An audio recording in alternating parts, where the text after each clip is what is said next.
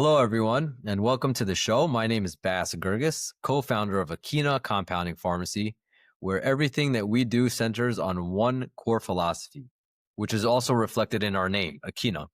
It's to do the right thing, the right way, for the right person, for the right reasons, at the right time. And on this podcast, we sit down with people in and around healthcare who are pushing boundaries, solving real problems, or simply rethinking how meaningful work gets done. Today, I have the pleasure of being joined by Tiffany Janowitz. Tiffany is the CEO of Limitless Society, and with nearly 2 decades of experience in finance, business infrastructure, and operational leadership, Tiffany has helped companies scale by building the frameworks that make real growth possible. Her work today centers on aligning vision and execution and helping people get unstuck in their lives. We recently connected around a very personal topic to Tiffany, which is the power of patient advocacy and Tiffany's journey to reclaim her health. It's a powerful story, one that I found very powerful, and one that I'm grateful that she's here to share with everybody. Tiffany, thanks so much for being here. It's great to have you on. Perfect. Thanks for having me, Bass. Love your haircut. Last time it was a lot Thank longer. you. It was. I just dropped it off. Yeah. Tiffany, I had one question that I wanted to segue into right away. But before we do, can you just tell us a little bit about what your role is today at Limitless Society, what your day-to-day looks like, what your mission and your vision is? Can you speak on that for us a little Yeah, bit? absolutely. So, Limitless Society, we're all about, similar to what you just said, of helping people get unstuck. We're really passionate, and our mission is to help people break past self limiting beliefs. There are too many things that bog us down every day that keep us from those big dreams. And oftentimes, we're not dreaming big enough when we're like, man, I wish I could fill in the blank with whatever that means to you. At Limitless Society, we're helping people fill in those blanks and actually achieve them because quite often self limiting beliefs are things that you can break past. A lot of times when we're talking about people, that wraps in their employment and kind of the business structure of things. So we do coexist the two within Limitless Society and help people build their own businesses so they can create their own lives around work, since that's is so much of our time. But ultimately, it's really to help create the limitless life that you want. That's awesome. I just went through a book that I've been meaning to go through for a very long time now. The book was Essentialism. And there's a few things that really stood out to me, which is what an essentialist asks herself versus a non-essentialist. An essentialist asks herself, what do I want to do?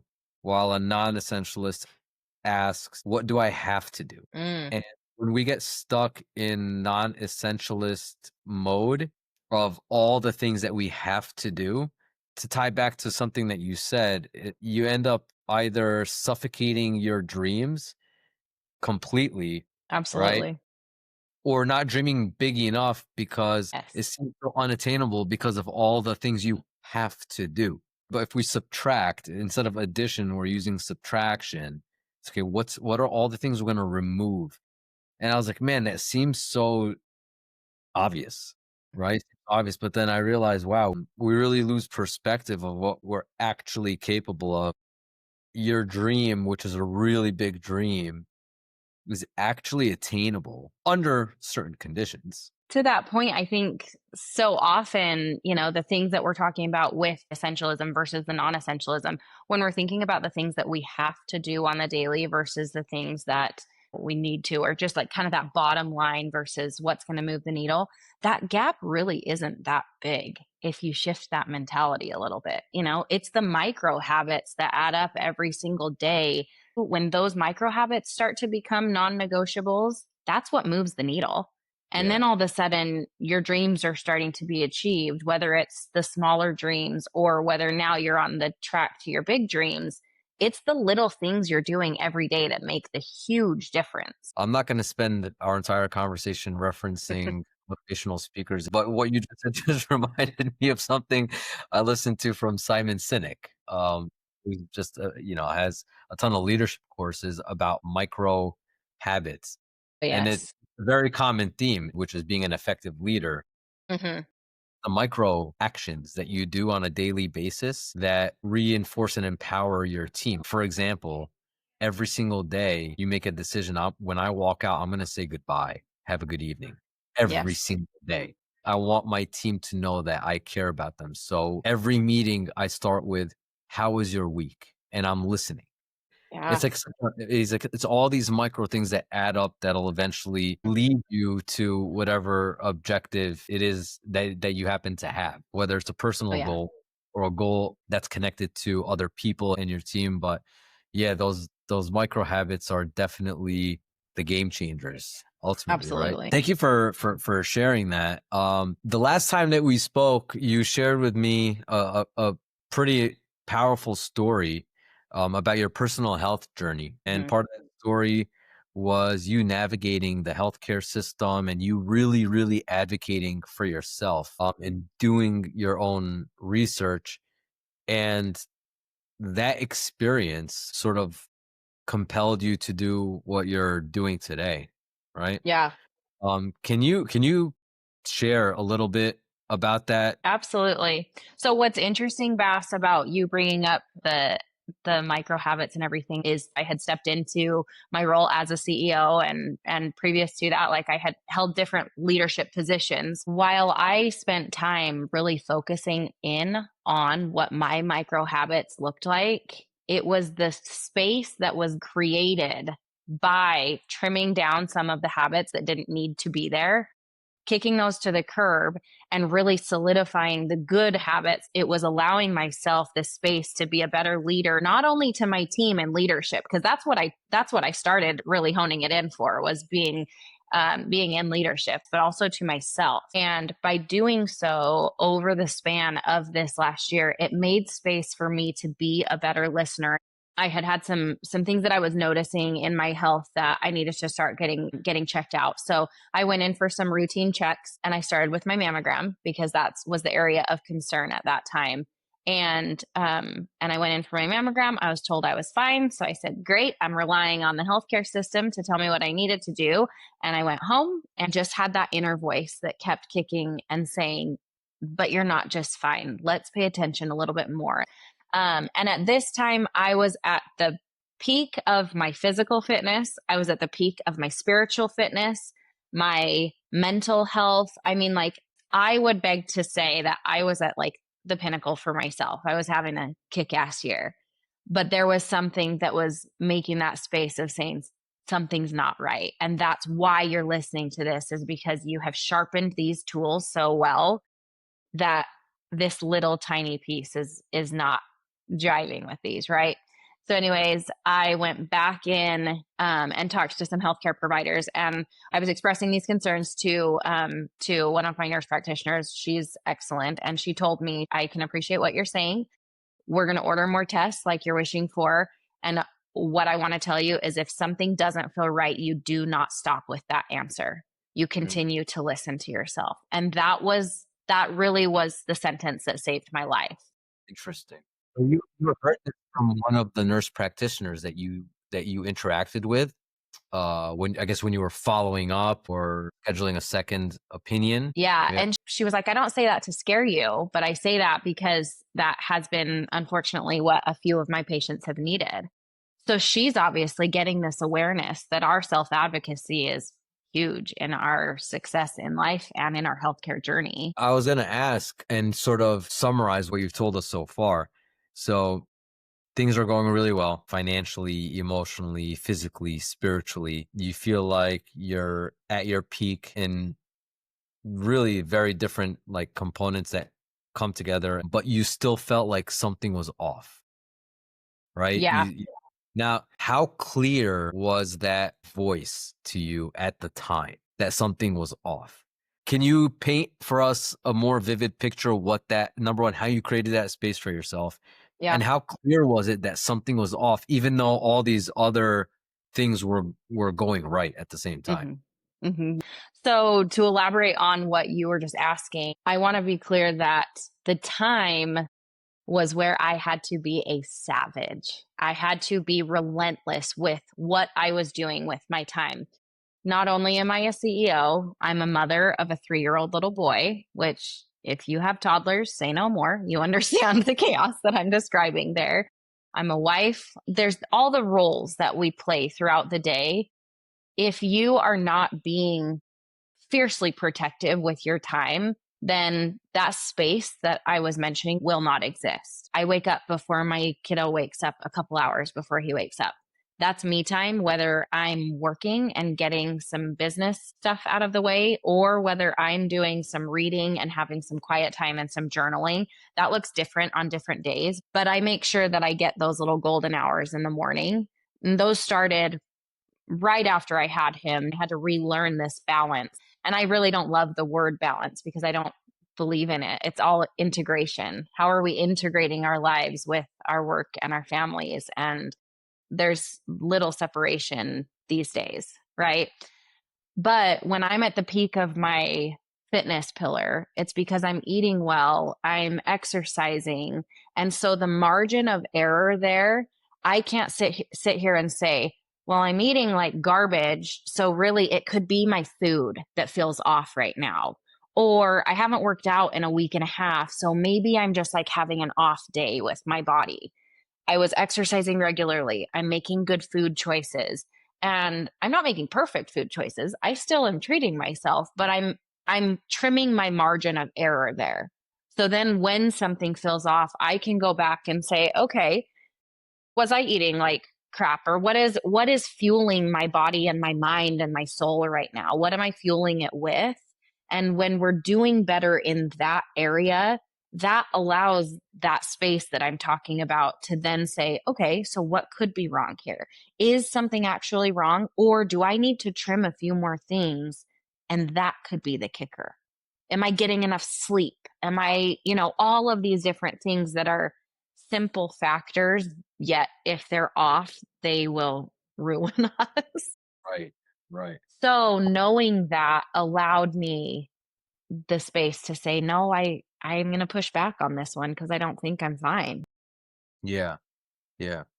And let's say the nurse that you spoke to did not. I know this might be a very difficult question to answer, but Yeah, let's create a hypothetical situation here and humor me if you will.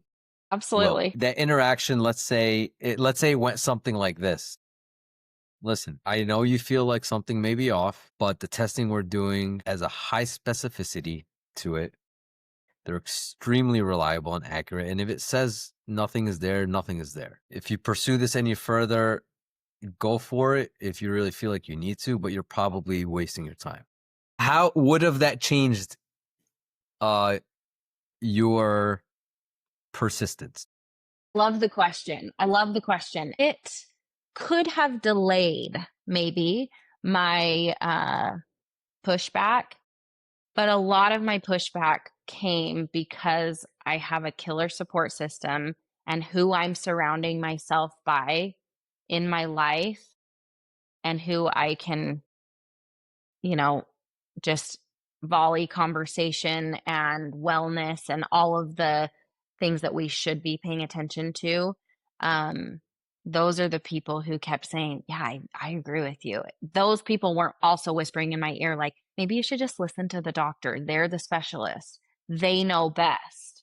I had people saying, yeah, if you're feeling something, then go for it. And I had some support, and I also had done some pretty significant reps in my own life to reiterate the power of my voice and my own self advocacy, not just with my health, but with life decisions, with career paths, with whatever. Again, fill in the blank. I had put in reps, and that's really where you have to start with self advocacy is using your voice. It's a muscle. It's just like confidence. You're not born with confidence. You put in the reps to build that.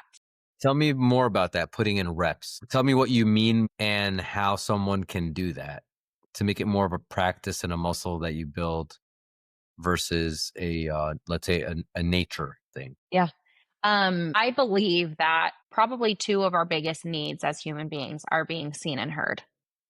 I think that when you feel seen and heard and, couple that with a safe space, there is some really powerful magic there. That's the space that you get to grow is when that recipe is happening.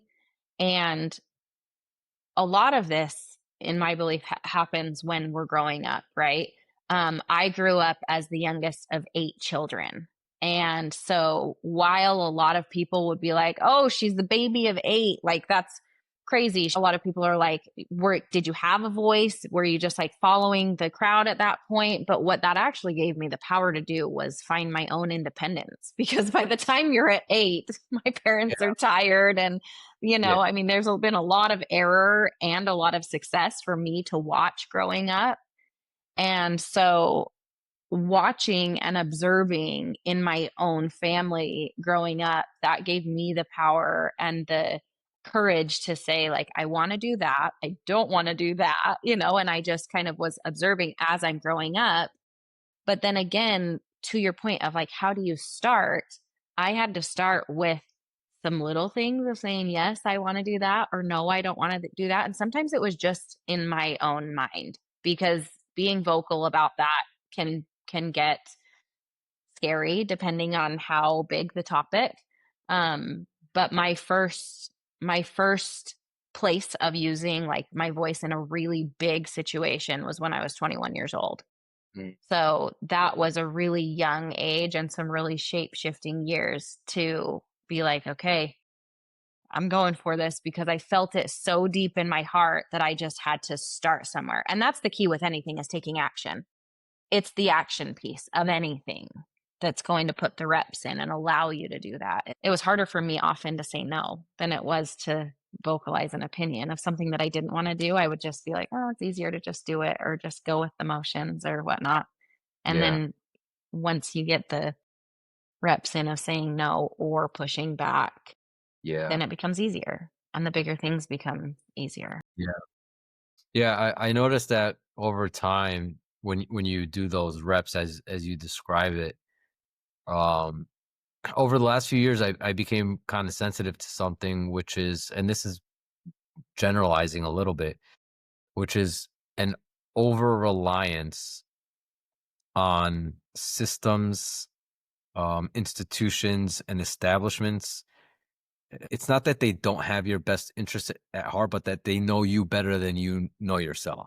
Yes. So you don't say it out loud that way, but sometimes we behave in a way, like, for example, everything's checked out, and then let's say you deep down inside you have a voice that says, "No, something's still Hmm. off." It's like, but the expert said that you're good, Yeah. and we trust the experts, Yeah. and we don't trust ourselves. Yes. Right? And Sometimes we trust ourselves too much where we shouldn't, and we don't trust ourselves enough where we should, right? So it's absolutely. kind of like, hey, man, like, no, listen to yourself, and you are the only person that's going to advocate for yourself to the degree, because this was a, for you, it was a, and I want to circle back to like what happened in your story. To Yeah. you, it was, you could have just as easily been like, all right, cool, everything's good, good. And then you move on with your life, right? And it's those tiny little decisions that that one time that you listen to yourself and your instincts and what your gut was telling you, where there's reasoning and logic to it, Hmm. and that changed the whole trajectory of your life. Absolutely. Completely changed. So can you just tell us what happened now? Yeah. Everybody's like, so That what's going is, on? yeah, yeah, So over the span of 1 year, I was a perfect candidate of, in your checklist, if you're looking at me on paper and you're looking at your classic tests, I was fine. And that's when I had to say, no, I'm not. Let's keep going. if you remember, can you tell us like what kind of tests are we talking? Because this Hmm. is where some people might start relating to. It's like, wait, I took that test, or you know what I Yep. mean? So I mentioned that I started with a mammogram, and when the mammogram test came back, it showed that I had dense breast tissue and that I was fine. And so to come back for your classic mammogram I was actually told that that first one come back in a year and we'll see how things are going. And so then I waited for a few months. And at the time when all of this started, I was just having some lateral pain on the left side of my breast. And a few months later, I actually had a lump form. And that's when I said, okay, there's a few scenarios that this could be. This could be hormonal. This could be something serious. What is going on? And so that's when I went back and I said, okay, now we're dealing with an actual, like, there's something that we can feel. There's a physical thing here now. So let's start these tests over again. So I got another mammogram. I got another ultrasound. When both of those came back, I was fine. I had dense breast tissue again. Even that spot came back as dense breast tissue. And when that came back, the gal that was reading the test, she said, okay, it's fine. We'll see you let's do one in 6 months to just make sure that that particular spot is fine. And I said, I would like to still get a biopsy on this and test the actual tissues in here. And there was some pushback, but she scheduled it. And when I went in, this was when the reps, I really had to start practicing my power voice, because when I went in for the biopsy, the radiologist read my mammogram, my second mammogram. So now we're on mammogram 2, ultrasound 2. And he read both of those and he looked at me and he said, why are we doing the biopsy today? Your mammogram looks fine. Mhm. And for me, that, Bass, is when I'm sitting here saying, you're the professional. I'm not the professional. I just feel what's going on in my body. And I know my homeostasis, but my homeostasis to you looks like I'm fine right now, but I know I'm not. So Mm. there's that inner juggle of, okay, do I just say, well, maybe he's right and maybe I should go home right now? Yeah. Which would be And very tempting to do. I absolutely. right. Uh huh. It's like, yeah, So, I would love validation that everything's okay. yeah. You know? Yeah. So When it he comes was a little reluctant. And then I got the results a week later. And when the gal called with the pathology results, she said, it's dense breast tissue with some hyperactive cells. So there's some cells that are just, you know, reproducing faster. And I said, I'd like to see a surgeon. For me at that point, I wasn't thinking like, I still think that this could be something alarming. For me, I was like, regardless of if it's alarming or not, I want it out. It was uncomfortable and it wasn't part of what I wanted my homeostasis to be. And she again pushed back and said, well, why? Everything's fine. Can you give me a reason why you want to see the surgeon? yeah. I So was like, okay. you heard that message more than one time that everything's fine. Oh, yeah. Hmm. Hmm. Yeah. But I will tell you that once it came back around and I was told I was fine, it got easier to say, "No, I'm not. I wanna see Yeah. somebody else." Okay. Because at that point, I was saying, "I'm falling into a checklist right now, and I'm not a checklist. I'm one of a bazillion people, but I know myself, and I'm not on this checklist. What I'm feeling isn't on this checklist." So, it got easier, again, as we put in those reps to say, "Nope, I'd like to see someone more." And so then as I got the test results and as I kept pushing, I got different types of testing. I got an MRI with contrast, and that was the difference maker for me. And a big reason for that, the younger we are, your chances of having dense breast tissue are pretty high. The younger you are, as we get older, the dense breast tissue starts to go down, and gravity starts to take its toll. But that's why when you're getting your classic mammogram at 40, you're seeing less cases of dense breast tissue because that dense breast tissue volume is going down. Well, when we're getting people starting to be tested in their 30s and their dense breast tissue is still strong, we're looking past some things that our bodies are telling us. Got So it. that's one of my big pushes is I'm like, we've got to look past your classic 40 and older. I think we're going to kick that to the curb soon. And I think we're going to see that number drop and our diagnostics and, our testing go down a little, like, in age. And Yeah. so the MRI was the big kicker for me. Like the standard of care in terms of when to start checking for breast cancer and got it. Yeah. And to support early detection, I Yeah. imagine, right? Yeah. I think that the early diagnosis and the early detection, I'm interested to see what's going to happen. I think that there's a lot of environmental factors that we're going to start seeing for those of us who grew up in the 90s. We're going Yeah. to start seeing some effects happening soon. So, Well, yeah, and good luck to us narrowing down, um, right? the What it gender was. needed. Yeah. exactly. Mhm. So you kept pushing for the testing that you felt was necessary, I right? did, yeah. Once I got that MRI, that was the big kicker that we needed. The MRI lit up like a Christmas tree, and at that point, the surgeon was like, "We're dealing with something serious now." Yeah, And that's when I felt the validation of what the power of self-advocacy can do for you, because at that point, I was now over a year of when I had started this entire process, and I could have easily 3 or 4 times within that said, "Okay, I'm gonna stop. Okay, I'll come back in 6 months." right. And Yeah, you then had a so lot many of other things could happen. opportunities to stop pursuing it for sure. I think the average person probably would have stopped Yeah. Yeah, I agree pursuing with it. you. So, why not sure exactly how to ask this, right? Why did you there's times where, my conscious or something is telling me, "Hey, something's off," or telling me to go say something to someone, and there's times where I listen to that voice and sometimes that I don't. Mhm. Why do you think you listen to yourself that time, right? Why do you think that you listen to yourself in this experience? Because I want people listening to this to number one be more encouraged to take like ultimately you took the action. You didn't procrastinate, and it was necessary. It was absolutely necessary. Like, why that time did you actually like follow through and listen to yourself? And I guess what message do you have for people that are, let's say, exhausted? You could have been exhausted and you're like, okay, I'm not going to pursue this any further. Like they're Uh-huh. just really tired and not taking action.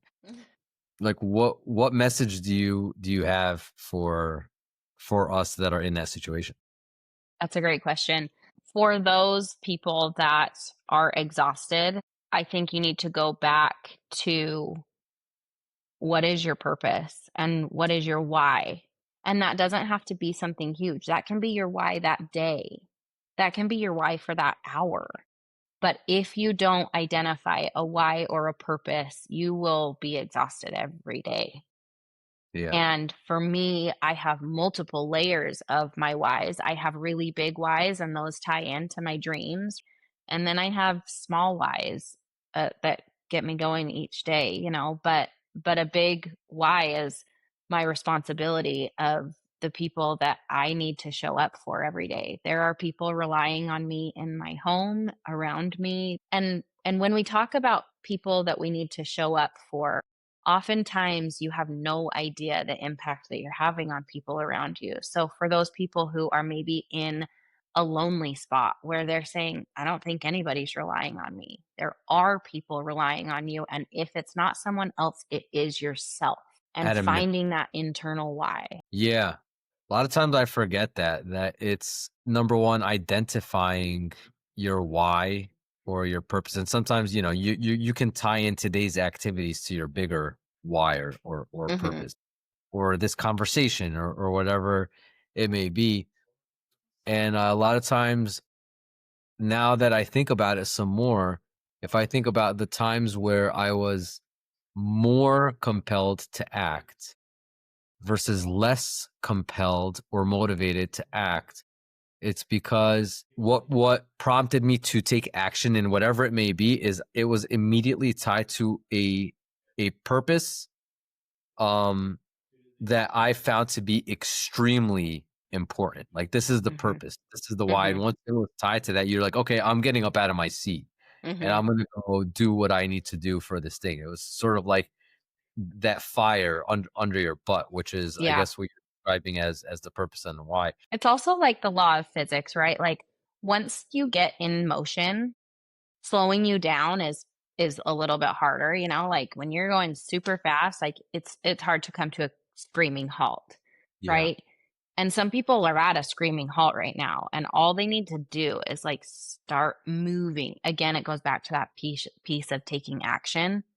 And I was taking action in so many different areas of my life that it made it easier for me to take action in this piece too, right? Where I was saying like my margin for error was trimming down because of so many things. I'm a go getter by heart. That's just my nature. But that can be the case no matter if I'm making 60 decisions in one day or six.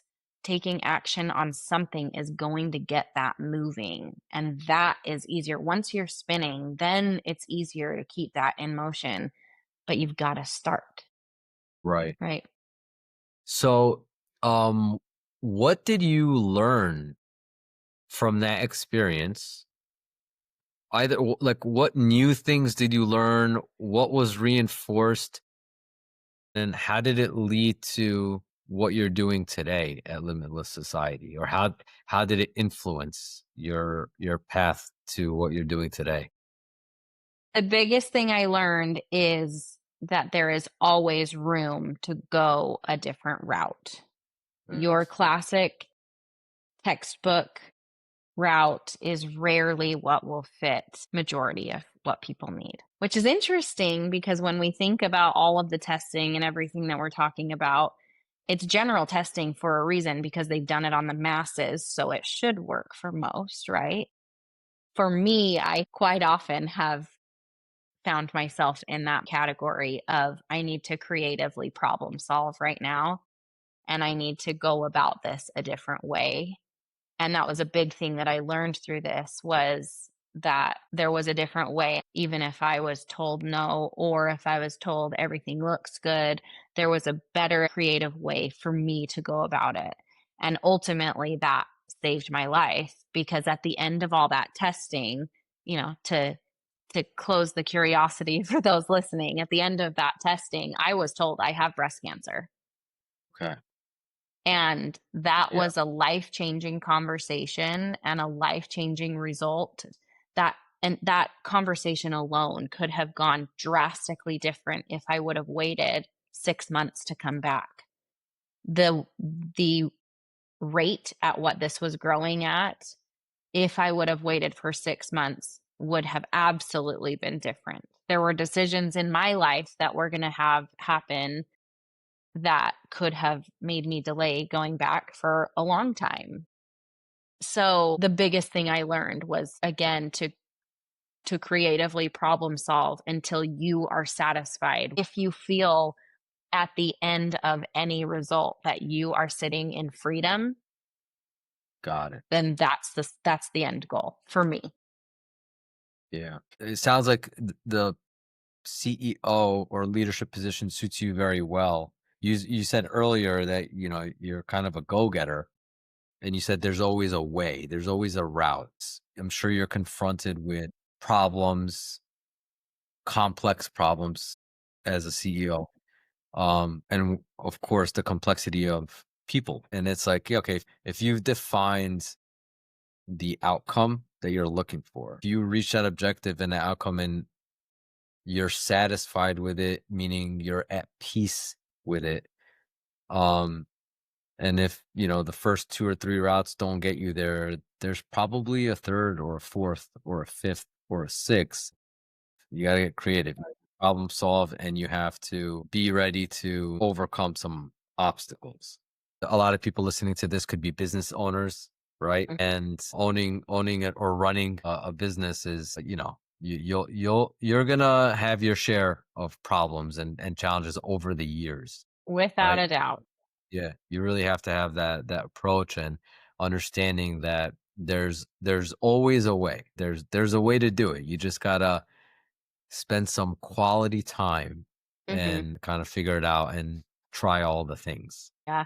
You know, a big mindset piece with that I think is so important with problems that arise is paying attention to what's the next thing that is coming into your mind. When a problem comes up, are you asking yourself, why me? Or are you asking yourself, what do I need to learn here? Mm. Because those are big differentiators that will, again, change the trajectory of how you're handling it, whether it is in a business setting, in Yeah. a leadership space, or whether it is a personal health problem that has come up, what you're asking yourself next will shift your outcome without a doubt. Is that experience somehow tied into what you're doing today as a coach and as CEO of Limitless Society, how has that experience impacted your decision to pursue this career path? And how does it impact your approach as a CEO and coach? When I was trying to figure out what was going on, I found myself as I was going through some of my own personal development, which I'm obviously very passionate about, with this being one of our core pillars with Limitless Society. I had this like push of there's something bigger waiting. There's something that you're meant for. It's coming. It's coming. And again, that was just like my inner energy and voice talking to me. But going through all of this, it really validated my responsibility to show up as a mentor every single day, as an example to our members in our program, as an example to the people in my life, but a big responsibility also to continue practicing service and gratitude and teaching people the importance of that. Those shifts again, like it's all about the shifting. I guess we're on a pattern with that today, but it solidified to me that those are non-negotiables in life. So, I was already on this path before, but it wasn't a coincidence to me. It just solidified it like as a non-negotiable that I'm here to serve, and I'm here to serve not only the people in my limitless community, but also everybody around me. And that is my big purpose. But that is what's going to keep me fired up every day, is knowing the importance of how I showed up for myself. If I can help someone else learn that and know the power that they have, they just need to unlock it. I mean, Yeah, what an honor to be part of that for people. yeah. Think there's also, it sounds like, there's a misconception that advocating for yourself or caring for yourself is a selfish Mm, thing. But in your case, it was listening to yourself and advocating that drew you to a greater purpose that's beyond yourself, yes. which is service to others, that's where you feel called, right? Hmm. So would you agree that there's sort of a misconception there? We end up feeling guilty sometimes, maybe, if we take care of ourselves or focus on ourselves. I can, my output is as good as like the input, right? if Oh, if yeah. I'm recovering, rejuvenating, if I don't understand my purpose, if I'm not taking my time to do all of that and get myself straight and my house in order, how can I go out and serve anybody else in a meaningful way? We can go do it, but is it going to be meaningful? Is it going to be impactful? So, like, do you think that is kind of a misconception that we have, and what would you say about that? Yeah, I do think that's a a misconception that we definitely have. I'm optimistic that that will shift as people are finding the value of doing the work for yourself and how that lets you show up for others. Again, going back to like realizing, who do you have to show up for every day? Maybe that's just for yourself, or maybe you have many people that you're showing up for each day. But when we dial it back to like the time management piece of it, when you look at how many hours you have, even in a single day, right?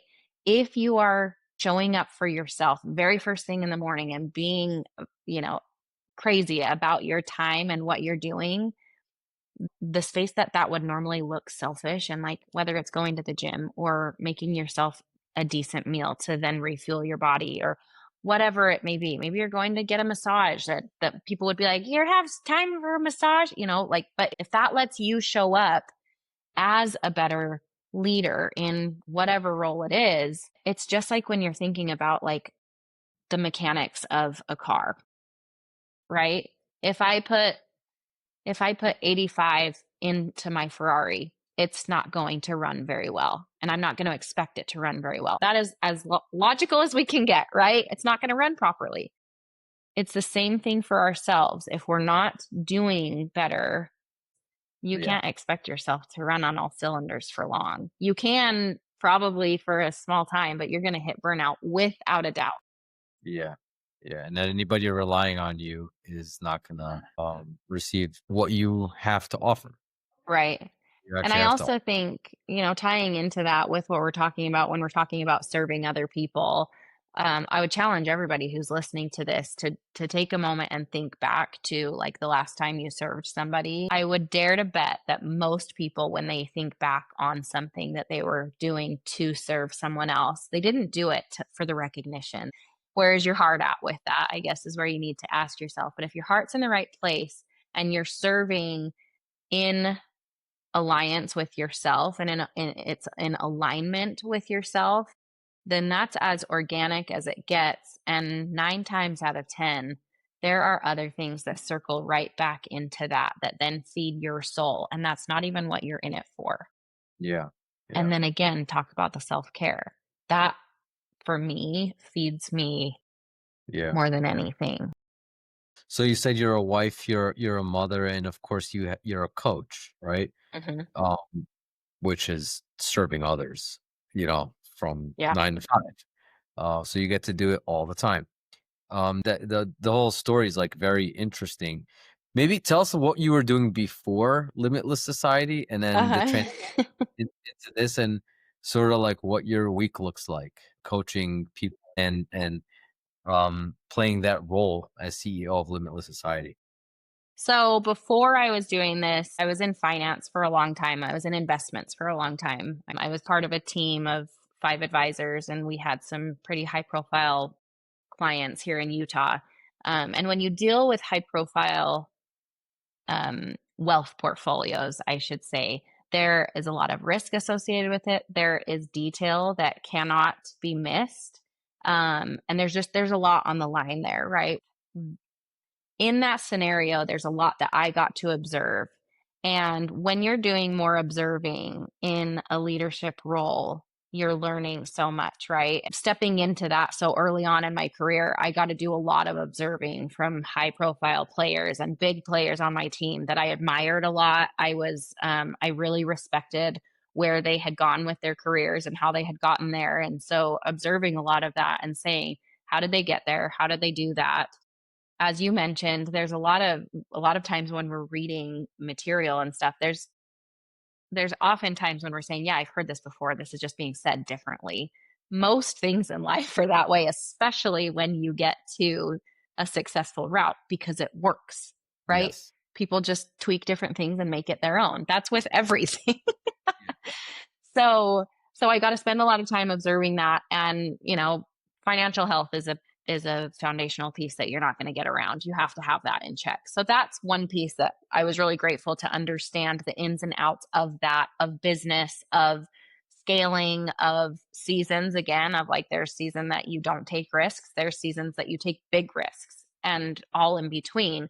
So from the business and the financial aspect, I got to learn a lot in the investment space, and I got to take risks, and I got to be conservative in other areas and things like that. But at the end of the day, I was sitting there, and again, my body and my energy and my soul is saying, I'm meant for more. I need something different out of this. So while I was still in the investment space is actually when I stepped into the coaching space in fitness. So Got it. I did like some fitness coaching on the side, and I just did that for fun, for a hobby. And that was kind of serving myself along with others. But I found quickly that my connection of being in the coaching space was like where I was really feeling fulfilled. But Got it. in that coaching space, that engulfs so much more than just fitness. Again, finance is an aspect of it, fitness is an aspect of it. We need to look at the whole picture. And once we have the whole picture of what health is, and we can fine tune all of these different areas, now we're talking about a well oiled machine that's sustainable, that can then start rolling faster and start dreaming bigger and achieving bigger things. And so um, there was finally a time where I said, I think I'm going to actually step into medicine again. So before I was in investments, I was actually in college starting out in medicine. And then I was taking a little bit of a break after I graduated, and I just kind of tripped into investments as I was taking a break. Yeah. And so I had a little bit of a medical background, and that started my fulfillment piece of things long ago. And then when I found that, like when I kind of tasted the fulfillment piece again through coaching, I was like, I think I'm going to go back into medicine. And Yeah. so I said to my wife, I was like, I'm going to leave my corporate job. Yeah. And she was like, okay, let's talk about this. And again, she wasn't saying like, you are crazy. You got to trust the process. You got to stay where you're at. We have a great life and we were traveling a ton and all of these kind of things. We were very comfortable. There was, again, a lot of risk that was associated by taking this change. But I knew that for me, I needed this to, when we are looking at the big picture of life, I mean, at this time, I was like in my early 30s. Yeah. Yeah. And that's so early in our career to sit in something that we're not loving. Yeah. So I leapt and I left corporate America. And then COVID happened. So it And sounds like you listen to yourself a lot, which is good. and that's what I was mentioning by there was pieces through my life that I had put in those reps of being like, I'm going to listen to myself again. We're And going then to take a risk, but we're going to go for it. And I've always grown. It's never been easy because it yeah. never is. But I've grown with each piece. And that's what has made me a better leader and a better mentor. Yeah. Because the more that we are tripping over things, or there's plenty that I haven't gotten right, but I've learned from them and corrected them. And then at that point, I can then teach someone how to maybe miss that trip or Yeah. get through theirs a little easier. So Yeah. COVID happened, we had a baby, and then I found myself in the space where I was Little like, things, well, right? Those are yeah. I know, minor details Right. here. Yeah, global pandemic and a child, another human Mhm. being to take care of that relies on you 1000% survive. That's yeah, a lot of opportunities to learn there. Yeah. Wow. Yeah, and Yeah. it all comes together. So today, like who are your clients? At what point are they seeking you out? Are they all trying to achieve the same things on a much broader level? Like how personalized does your coaching have to get? My ideal client is truly anybody who is finding themselves up against that wall, knowing that they want more, knowing that they want to be an advocate for themselves, whether that is a shift in their life personally or professionally, whatever it may be. My ideal person is the person that's sitting there saying, I need this, but I don't have the framework to do it. And I just need someone to help me kind of put the puzzle pieces together. I That's where I get to step in and my infrastructure brain gets to say, okay, let's lay this all out and let's start putting the puzzles together and let's improve some things. And as we improve those, there's no ceiling for that. That's the best part to me of personal development is when you start tasting that, you're not going to go backwards. Just once you taste it, it's like you don't go back on that. And then you start dreaming bigger. And then when you feel that you can actually achieve that, what an incredible achievement. And then to keep dreaming bigger. Is it fair to say? I mean, I imagine a lot of people, especially now, I think we conform to the expectations of society or to the expectations of other people more than we might think we do. Mm, And sometimes we realize it. I don't want to say too late because it's not too late, but we realize it a lot later, hmm right? The whole time we've been trying to adopt and be okay with whatever that expectation was, right? And it could be an expectation that was set from when you were really, really young. So you don't even like realize it, like between the family dynamic or sibling, not say rivalry, but you just kind of fall into certain paths, right? Um, and let's say, you're dealing with clients that are looking to get dislodged from this like way of life where you're just stuck. And like we said before, like you help people get unstuck. Is Do you see like that what's the first thing that happens when people begin that journey of like, like when you have like a really, really messed up knot and you're like, okay, this is going to take a while to undo, but you get like one part of it. It's like, okay, it's like now, it's just a matter of time. Right? It's like, I got that first one. Like, what's that first thing that happens with people, whether it's perception or an actual action? What's the first thing where you've truly taken that first step of getting unstuck? That's a great question. And I think when we're looking at the progress overall, right? How do I start? I was having this conversation with a girlfriend of mine a couple months ago, and she was telling me some things that were a little bit rough in her life at the moment. And typically, when we're saying like, "Oh, what do you think I should do?"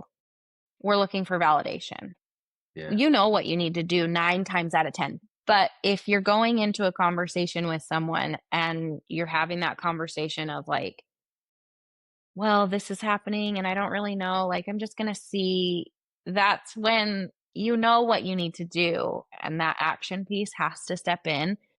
You also know it has to be the person's decision to make the move.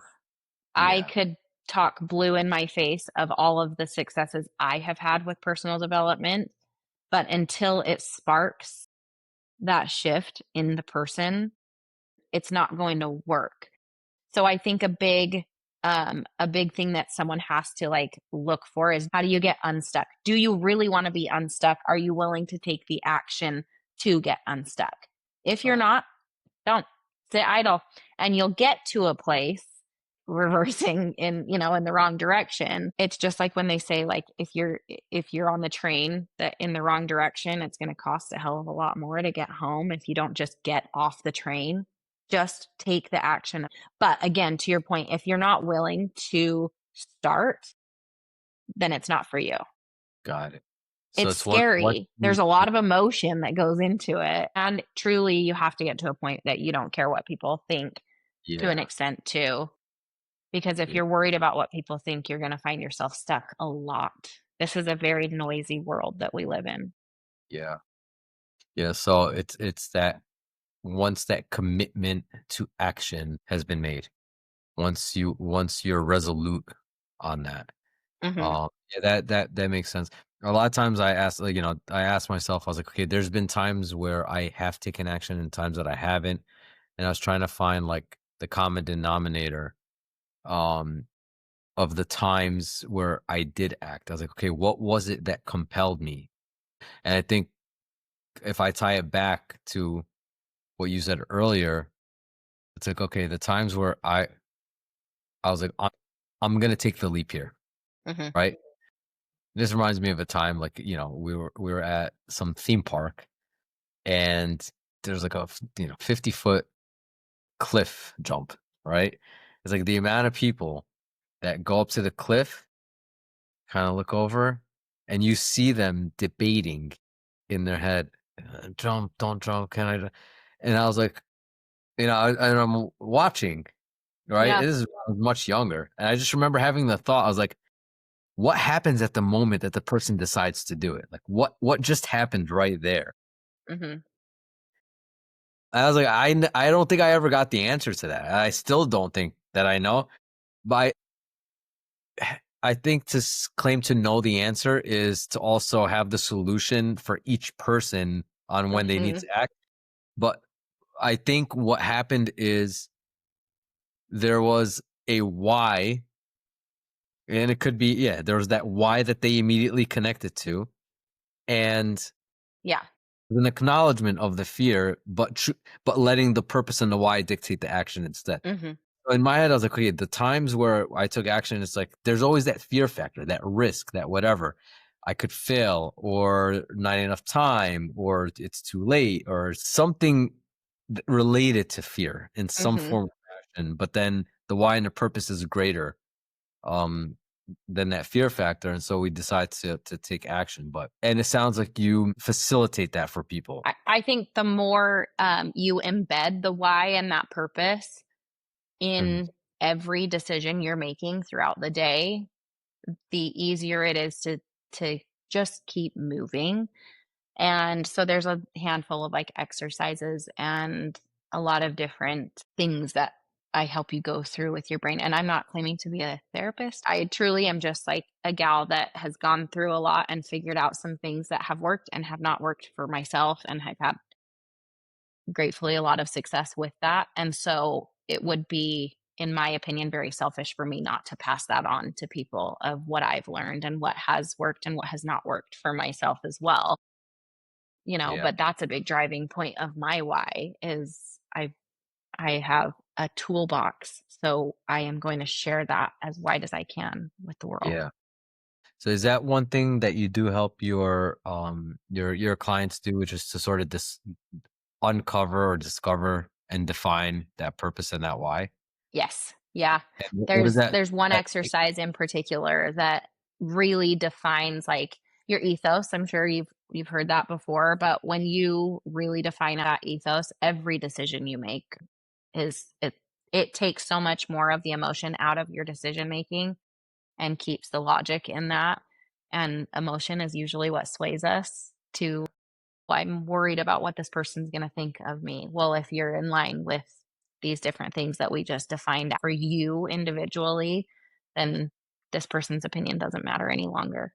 So there are things like that that really help you build your own individual foundation that then when it's not if the variables come in, but when the variables come in and things get noisy or things get hard, you hit the point of burnout, whatever the variable is, you've got your foundation built and it's much easier to get through that day, that hour, and continue on with your momentum, your growth. Yeah.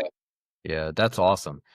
Me as a business owner myself, a lot of times you feel like you should be doing it in isolation, or you should do it alone, or maybe there's a certain level of weakness that if you need help to achieve something. And I know a lot of people don't admit that, they won't admit out loud, yeah, it's definitely a sign of weakness to go get help. A lot of us won't say that out loud, but we act like it, right? We act like getting help means something else, right? But I would want to personally encourage everybody, like, no, if you feel inclined to go through this process, as humans, we're meant to do everything that we do in relationship with other people. That's Mhm. ultimately why we do it, right? So Absolutely. if somebody wanted to like seek out more from Limitless Society, like what would the first steps be? How would they go about doing that? You can go to our website. It's just limitlesssociety.com. You can go find me on Instagram, shoot me a DM. I love connecting with people about Limitless as a whole. My Instagram is just my first and last name, but Tiffany's spelled differently, just like everything in my life. So, Before we close out, want to see if you had, one final overarching message. I know we started off with, the main thing that we were really emphasizing here is around healthcare and advocating for yourself and creating space so that you can hear that voice with more clarity, that and it can call you in to take action.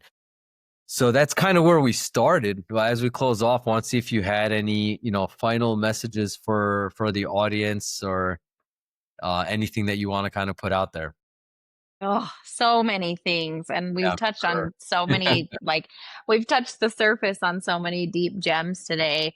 But truly, like, start paying attention to what your heart is actually saying. Make space for that. And you will be shocked at the things that you will encourage yourself to start saying yes or no to. And again, if this is something new to you, start small. It's an Yeah, exercise. I remember when I had to be going through the exercise with my therapist long ago of saying no. It was literally my homework that week of, to this week you're going to say no to the things that you actually want to say no to. And so start putting in the reps because truly it is the power that when you unlock it, you are able to be seen and heard. And when you can do that in a space that's safe enough to receive that from you and that deserves to hear that from you, the magic that unlocks there is just incredible. you mentioned number one, creating that space for yourself. Mhm. starting small, maybe like saying no to things you actually don't want to do or want to say no to. Um, Close us off with what's one thing that someone out there can practice this week? Give us one practical thing to create that space where we can start small. I want you to start with yourself. What are you saying yes or no to yourself for? And show up for yourself first because you cannot pour from an empty cup. So you've got to make sure you're fueling yourself. So I would say take inventory of what you are fueling yourself with and choose one thing on that list that you know you've needed to shift and just make the decision to shift that for you. That's no variable but yourself. You heard it, folks. Put it on your calendar. Schedule it in, right? Find some time, 30 minutes, an hour, take an inventory. Everyone has that one thing that you know you need to start or stop doing. Yep. Everybody has that one thing. And then just do it. Well, Tiffany, it was such a pleasure speaking with you again. Thank you. It was very nice having you on, and I'm sure we will be speaking in the near future because it sounds like we can dig a little deeper on a number of topics. So, Absolutely. once Thanks so again, much for having me on, Bass. yeah, thank you so much, and really appreciate you. Take care.